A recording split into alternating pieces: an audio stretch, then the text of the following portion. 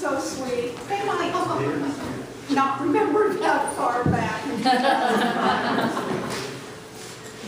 But I appreciate both of you very much. Chap, who is one of the biggest cowboys in the state senate, who, as it is what's meant to be, who, because of his moral reckoning, does the right thing all the time, every time. And in our state senate, I'm sorry to say that that isn't always the case. But Chap is that moral compass and that strong candidate, that strong senator who makes sure that things get done properly. And David Bulova is the brain trust, you may not know, of the Democratic caucus in the House. If it were not for David Bulova, the successes we have had wouldn't be there, because David is, as you can probably tell, quite cerebral, quite accomplished, and quite politically savvy in what needs to be done in a way that we in Braddock District benefit more than you'll ever know. And I am grateful that both of these fabulous young men are here to help me win this race. Now, I promised several of you that I would be really quick and let you get out of here, because there's another important woman who is running for office, and that's Jennifer Boysko. She is such a strong woman. Her incumbent Republican opponent dropped out. He retired, so that she doesn't have to go through what we're going to have to go through to unseat a Republican. And so for those of you who feel you need to leave, leave. That's okay. I get it. I appreciate your being here. And don't be embarrassed about just walking out. I'll get you. 4 years ago, I decided, and I'm going to, thanks to Mr. Southworth and his podium, be aided by my notes, because I can wander off course. There's so much to talk about. A board of supervisors has so many responsibilities. I want to narrow it down for y'all so that you get why I keep doing this. You must wonder, and let me tell you. 4 years ago, I ran for this office because I realized our community was in a little bit of trouble. It was in need. We were not in need of a new set of priorities. Fairfax County is pretty good about taking care of the investment in our community. Pretty good. But over the years and during the Great Recession that we all suffered through, budgets tightened, resulting in an erosion of the very foundation of this community, this specific community. What we are in need of is a Braddock supervisor who will push back that erosion, and that is why I'm running. We need to embrace the future with our arms around the policies that will serve us well in the present and in the future. There's not just tomorrow. There's 10 years from now, and I plan to look straight ahead, because it doesn't stop the next day. We should offer the services we deem most important, and we need to stop this downward spiral of limiting resources to the most needy, to education, to employee compensation, and to environmental protection now. 4 years ago, the discussion was permeable surfaces. I haven't heard a discussion about permeable surfaces in 4 years. Why not? David can't do it all. And David needs partners in the environment. He is an expert and needs partners to get the job done. Just as you have offered me your uncompromised support, which you have year after year, I continue to demonstrate to you my commitment to Braddock District, my home, for over 42 years. As you know, I served to fight for an accomplished full-day kindergarten.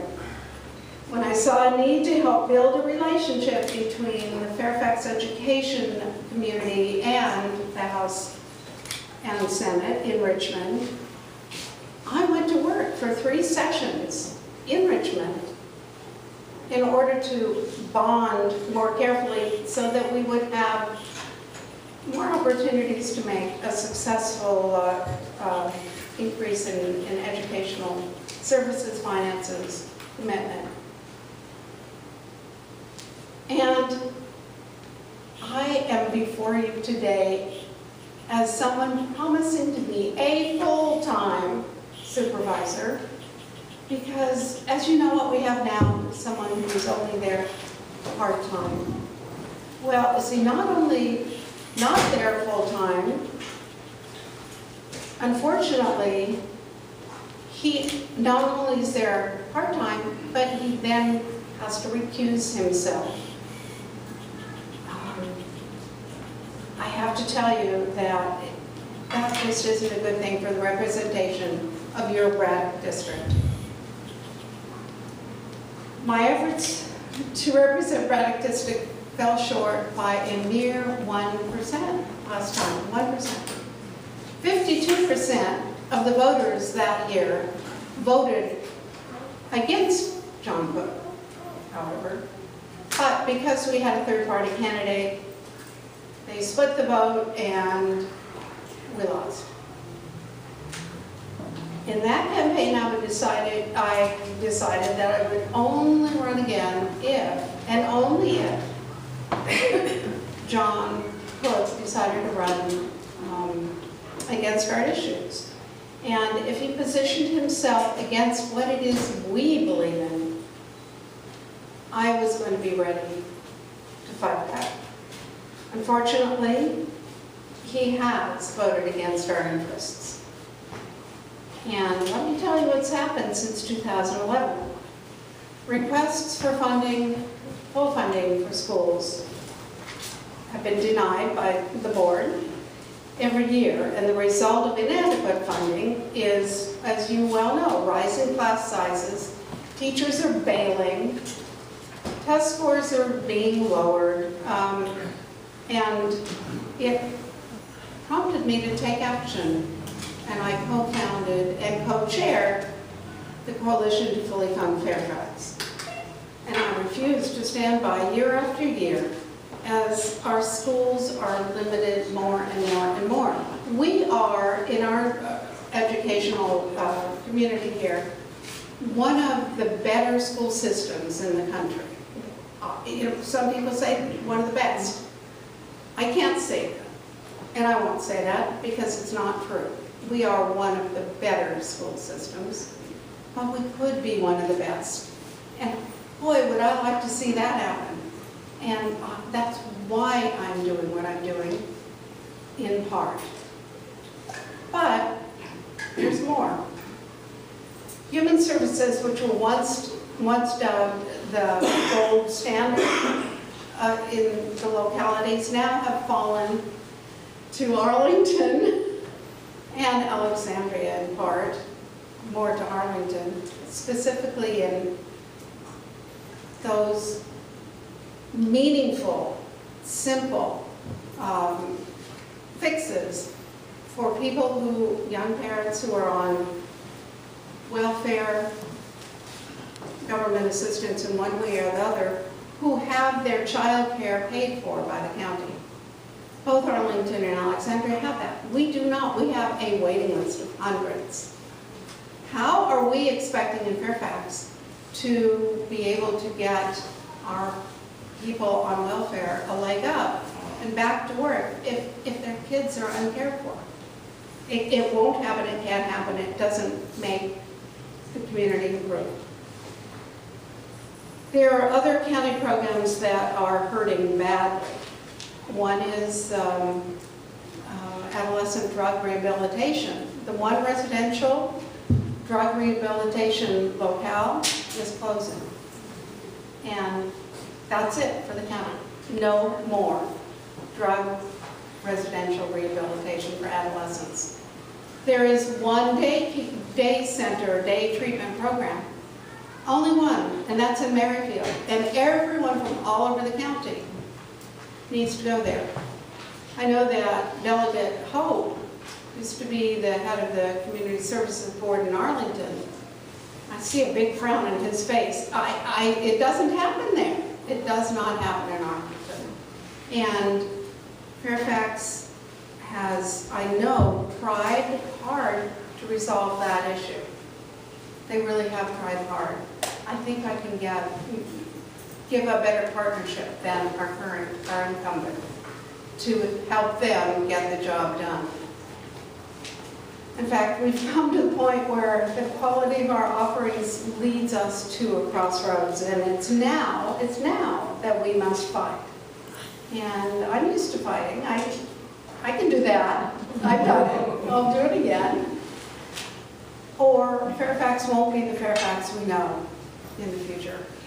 What we know now isn't what it was, and it won't be what it would be in the future unless we get on board with a new plan.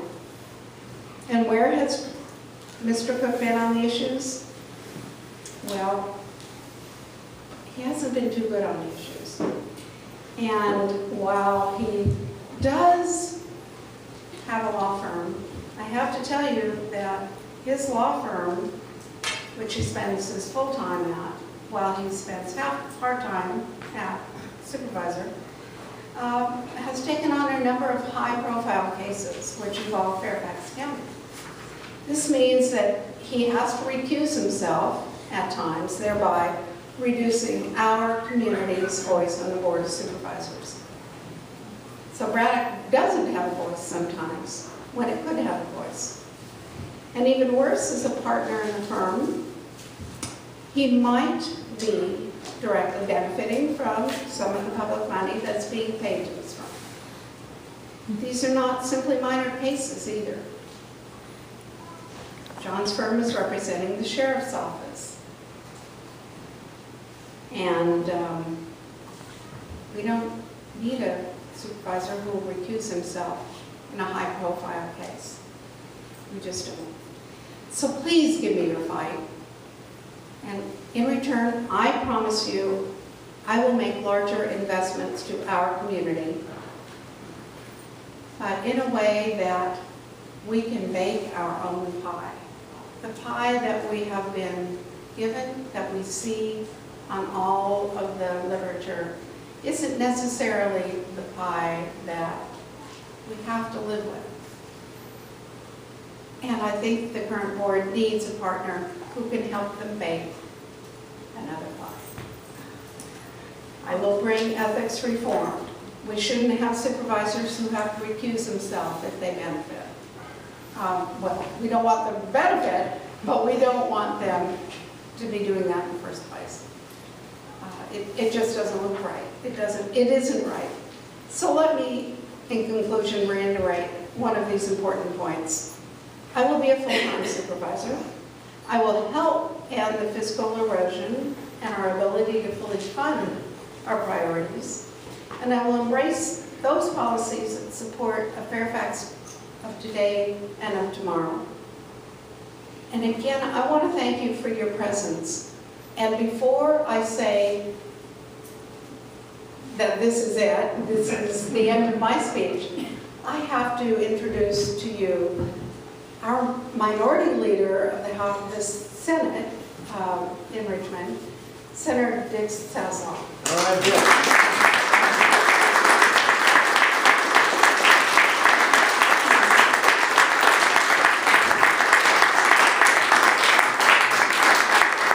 Senator Sazal with that fancy new haircut too. I got a multi-hair. You got a long cut, not a hair. I need your help more than ever. More than ever, this race is going to be about turnout. So any of you and all of you who can volunteer, I would love to have your support. There is another candidate for the Board of Supervisors in the room too. She needs your support as well. We need to unseat the Republicans who are on the board so that our chair and our Democratic majority can really have the kind of say that they would like to have. And with you and me, Kathy, together in this, let's do it. Yep.